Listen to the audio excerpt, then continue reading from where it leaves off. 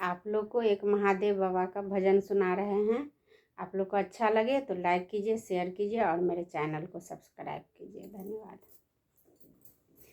अरे काशी नगरिया से अइले महादेव, गौरहन ली बाजार के बार। अरे काशी नगरिया से अइले महादेव, गौरहन ली बाजार के बार।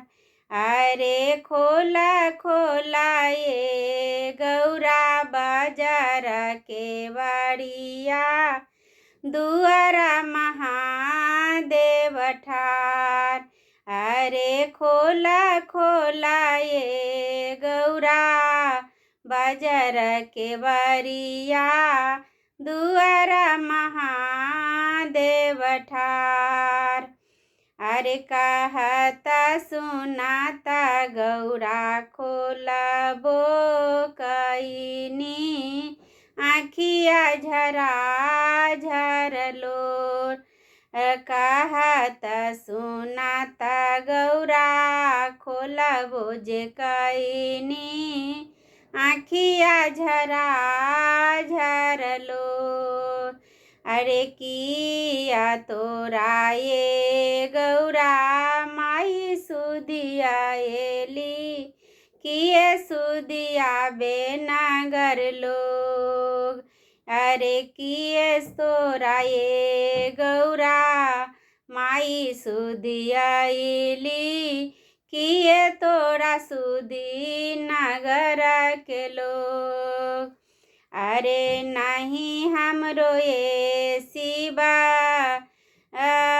माई सुधिया एली, नहीं सुधी नगर के लोग। अरे नहीं सुधिए शिवजी माई सुधिया एली, नहीं सुधी नगर के लोग। अरे भांगिया पिसाता शिवजी, हाथवा पिराइले, आँखिया झरा झरलोर।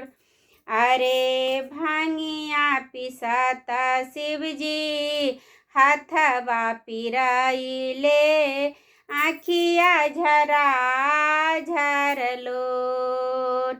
अरे काशी नगरिया से अइले महादेव, गौरहन ली बाजार के बार। अरे काशी नगरिया से अइले महादेव, गौरहन ली बाजार के बार। गौरहन ले बाजार के बार, गौरहन ले बाजार के बार।